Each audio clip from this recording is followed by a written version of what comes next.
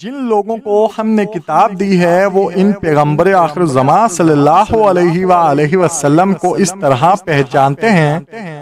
جس طرح اپنے بیٹوں کو پہچانا کرتے ہیں،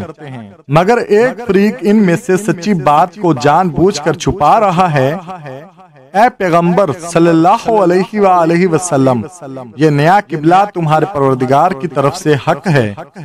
تو تم ہرگز شک کرنے والوں میں نہ ہونا، اور ہر ایک شخص کے لیے ایک سمت مقرر ہے جدھر وہ عبادت کے وقت منہ کیا کرتا ہے، تو تم نیکیوں میں سبقت حاصل کرو۔ تم جہاں ہوگے اللہ تم سب کو جمع کرے گا،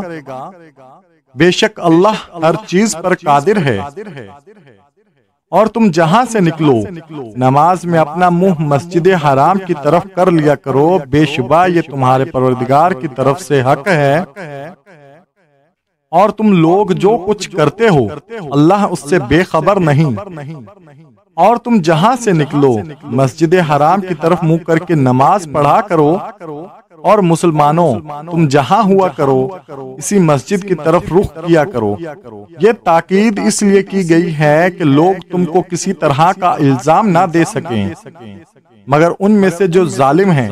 وہ الزام دیں تو دیں، سو ان سے مت ڈرنا اور مجھی سے ڈرتے رہنا، اور یہ بھی مقصود ہے کہ میں تم کو اپنی تمام نعمتیں بخشوں، اور یہ بھی کہ تم راہ راست پر چلو۔